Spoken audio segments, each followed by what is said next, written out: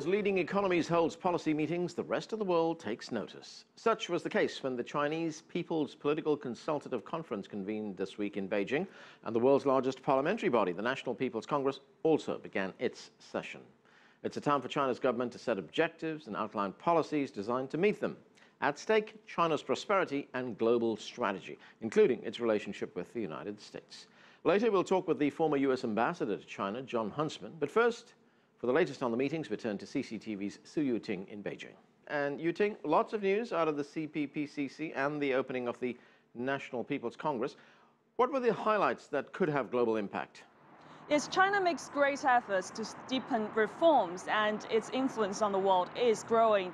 In 2015, China will raise its defense budget by around 10% to support its military modernization. And China will comprehensively step up national defense research and development of new and high-tech technology, weapons and equipment, and also develop defense-related science and technology industries.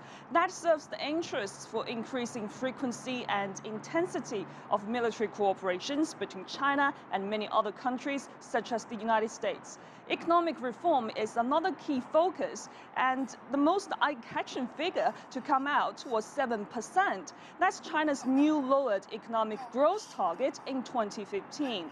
China's economic development has had global impact. It will provide opportunities to other countries around the world. For example, if China succeeds in building up a consumption-driven market, that will boost the demand for various imports from higher quality food to Hollywood movies. And if China cuts levels of carbon dioxide by at least 3.1%, that will help realize the goal of reaching peak emissions around 2030.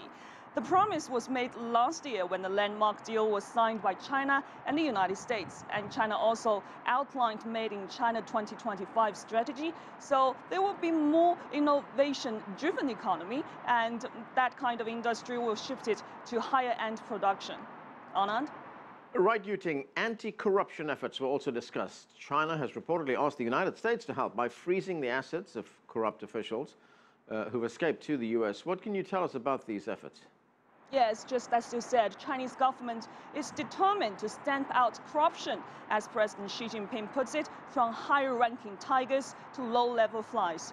Premier Li Keqiang also said in a work report that China will intensify government supervision, make more use of auditing oversight, and strictly monitor public funds and state-owned assets. He also said that tolerance for corruption is zero, and anyone guilty of corruption will be dealt with seriously.